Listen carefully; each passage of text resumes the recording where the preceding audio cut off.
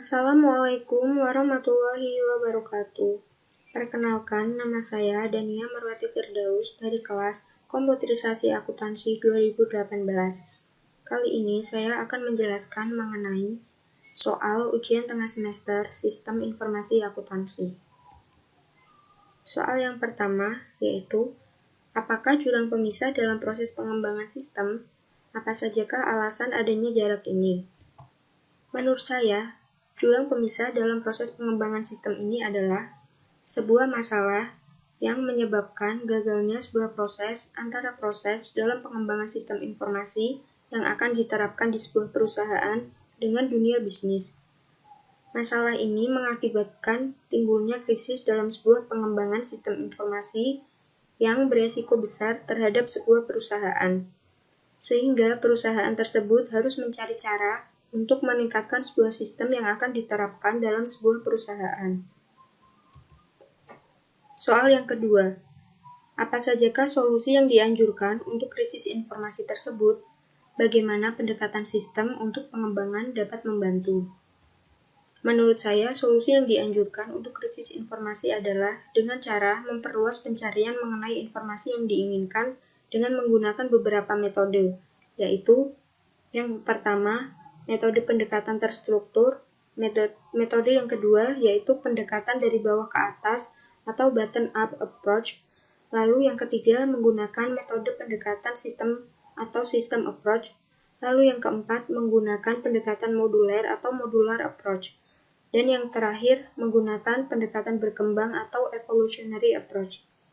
Alasan saya memilih kelima metode tersebut adalah, yang pertama, kita bisa menggunakan metode pendekatan terstruktur karena metode ini dilengkapi dengan alat-alat dan teknik-teknik yang dibutuhkan dalam pengembangan sistem, sehingga hasil akhir dari sistem yang telah dikembangkan akan mendapatkan sistem yang strukturnya didefinisikan dengan baik dan jelas.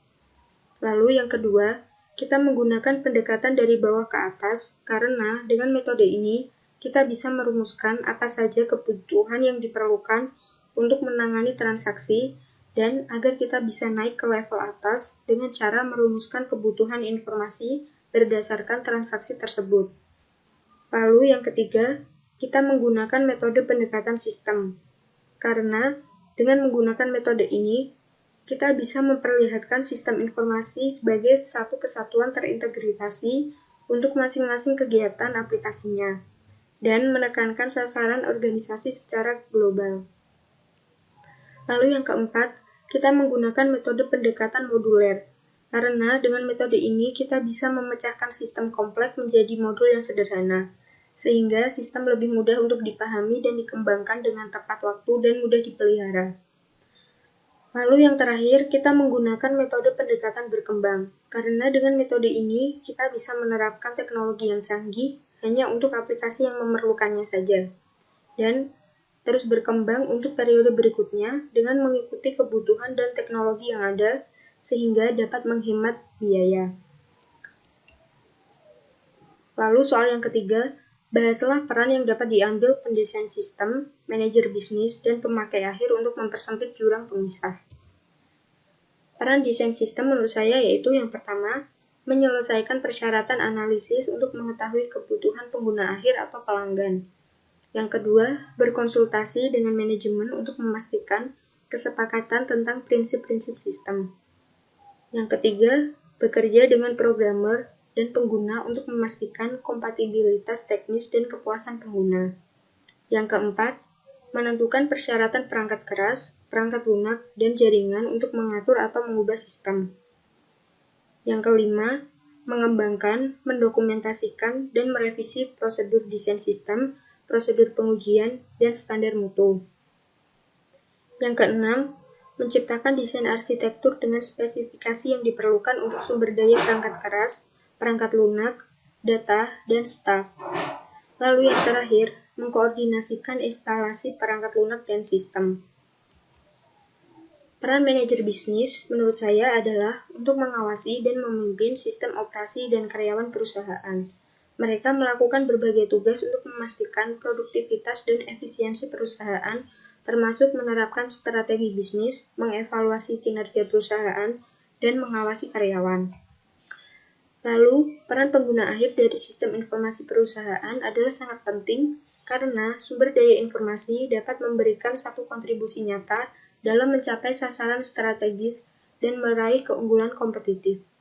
Dalam memutuskan bagaimana perusahaan akan mempergunakan sumber daya informasinya, manajemen puncak harus memberikan perhatian yang cukup besar tentang bagaimana cara komputasi pengguna akhir akan dilaksanakan, sehingga pada akhirnya akan memaksimalkan manfaatnya dan meminimalkan resikonya.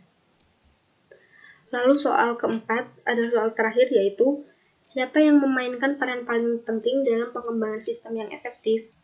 Menurut saya, yang memainkan peran sangat penting dalam pengembangan sistem adalah pengguna akhir. Karena menurut saya, pengguna bisa memberikan masukan ketika sedang menggunakan sebuah sistem informasi.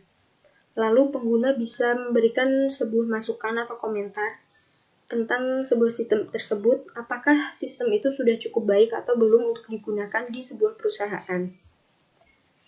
Cukup sekian penjelasan dari saya, kurang lebihnya saya mohon maaf. Wassalamualaikum warahmatullahi wabarakatuh.